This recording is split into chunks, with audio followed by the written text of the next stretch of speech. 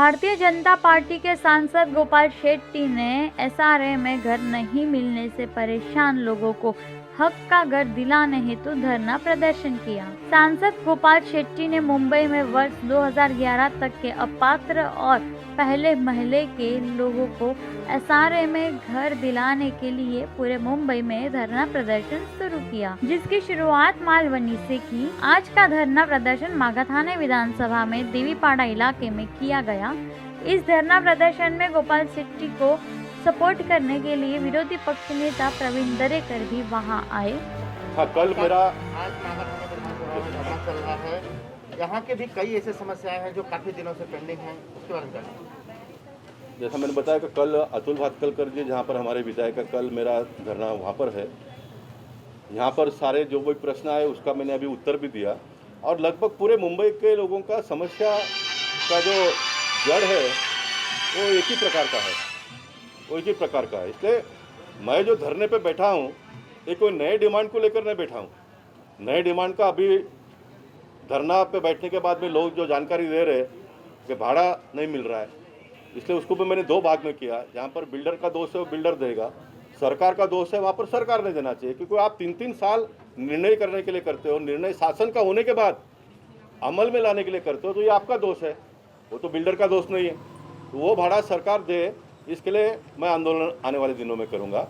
और ये आंदोलन करने से क्या लाभ होता है, तो एक लाभ ये हो गया 2-3 दिन में। ये कल एक मुझे ऑफिसर ने पत्रक भेजा, देवेंद्र फडणवीस जी ने कायदा बना लिया, शासन जीआर निकाल दिया, सब हो गया।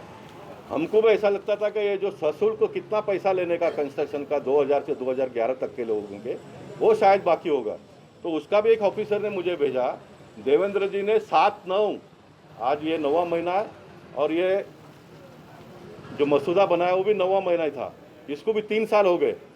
कितना पैसा लेने का लोगों के पास से, 269 फुट के लोगों के पास से 7.5 लाख रुपया और 300 फुट का जिसको अपात्र जिसका है उसको घर मिलेगा, उसको 8,65,000 रुपये देने का ये एसआरए के लोगों ने मसूदा 2018 में बनाया था। लेकिन देवेंद्र जी ने जो मुझे जानकारी मिली है, उन्होंने कहा कि ये पैसा ज़रा ज़्यादा लगता है, क्योंकि मोदी जी सारे देश में जिनको 300 फुट का घर दे रहे हैं वो 7 लाख रुपया और उसमें से 2.5 लाख रुपया मोदी जी दे रहे हैं, केंद्र की सरकार दे रही है। 5.5 लाख रुपये में घर मिलता है लोगों को, है ना, 5.5 के आसपास। तो ये 8 लाख 9 लाख रुपया तक का जाता है, तो थोड़ा ज़्यादा कम होना चाहिए, ऐसा प्रकार का उन्होंने कहकर वो रुक गया था। और उसके बाद में मैंने कहा क्या आचार संहिता लग गया, चुनाव आ गया, सरकार बदल गई, अभी तक वो रुका है। अब इसके बारे में देवेंद्र जी जो निर्णय करेंगे उसको लेकर मैं आगे बढ़ूंगा, लेकिन अभी तक की वास्तविकता ये है। प्रवीण दरेकर जी भी आज आए थे आपके साथ, यहाँ धरने पे बैठे। जी हाँ, ये विरोधी पक्ष नेता हैं, उनके माध्यम से सरकार को क्या संदेश देना चाहिए? लेकिन सरकार को संदेश तो कुल मिलकर एक ही है ना, कोई नई बात तो हम करें नहीं।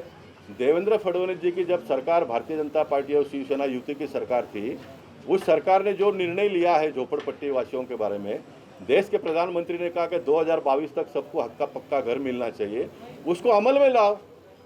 बाकी कोई नई बात तो हम मांग नहीं रहे ना। नई कोई डिमांड करते होंगे तो बैठना पड़ेगा, सोचना पड़ेगा, मीटिंग लेना पड़ेगा, लॉ डिपार्टमेंट का ओपिनियन लेना पड़ेगा, ये सब प्रोसेस होता है, उसमें समय लगता है। मेरा जो आंदोलन है वो जो सरकार ने निर्णय 2017 और 18 में लिया उसको अमल में लाओ। एक लाइन में बोल देंगे भाई इसको हम आने वाले 8 दिन में अमल में लाने का आदेश निकालते हैं, सर्कुलर निकालते हैं, मेरा आंदोलन खत्म। 2 विधानसभा बाकी है, वहाँ पर जाके मैं सरकार का अभिनंदन करूँगा। देरी से क्यों ना हो, गलती आपने क्यों नहीं किया, लेकिन आपने निर्णय लिया, इसके लिए आपका अभिनंदन। सरकार के निर्णय लेने के वजह से जो लोगों का भाड़ा आज बाकी है वो मांग मेरी वापस रहेगी। अभिनंदन के साथ साथ में ये भी मैं डिमांड करूँगा।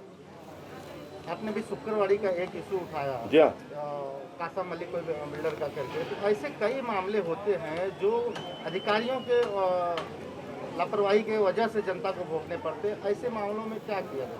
ऐसे मामले में मैंने बताया कि अन्ना हजारे जी का एक वक्तव्य का मैंने समर्थन किया। अन्ना हजारे कहते हैं कि लोग अगर सोएंगे तो सरकार और सरकार में बैठे हुए लोग कुछ भी करेंगे।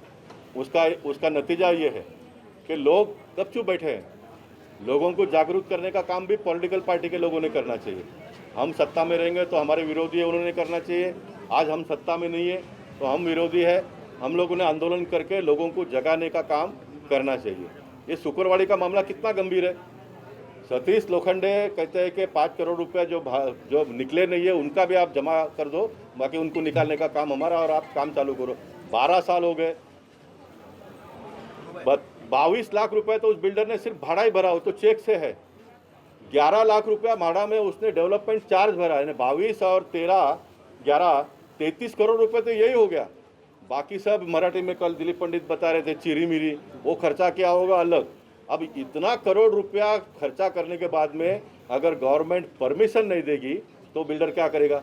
और गवर्नमेंट अभी इसको बदली करके दूसरे को दे देती है, सभी नियमों को ताक पर लगाकर। इसलिए आपका महत्व का जवाब अभी मैं दे रहा हूँ। सतीश लोखंडे जी ने मेरी जानकारी के हिसाब से उनको कहा था कि ये बराबर है, लेकिन इसके ऊपर के अधिकारी हाई पावर में जो बैठे हैं उन्होंने इसको बदली करके इसको निकालो और नए बिल्डर को दो करके ऑर्डर दिया है। वो जो भी अधिकारी होंगे उनके ऊपर कार्रवाई की हम आने वाले दिनों में मांग करेंगे। और अभी न्यायालय में ये प्रकरण है, इसलिए मुझे पूरा विश्वास है कि न्यायालय इसके बारे में जो उचित निर्णय है वो देगी। न्यायालय जो भी निर्णय देती है वो शुक्रवाड़ी में जाकर मैं उसका वहाँ पर कार्यक्रम बाद में करूँगा। न्यायालय का अभिनंदन करूँगा। न्यायालय को जानकारी न देने के वजह से अगर न्यायालय ने हमको जो अपेक्षित है वो उत्तर अगर जजमेंट नहीं आया तो क्या है वो भी मैं वहाँ पर जाकर बताने का काम करूँगा।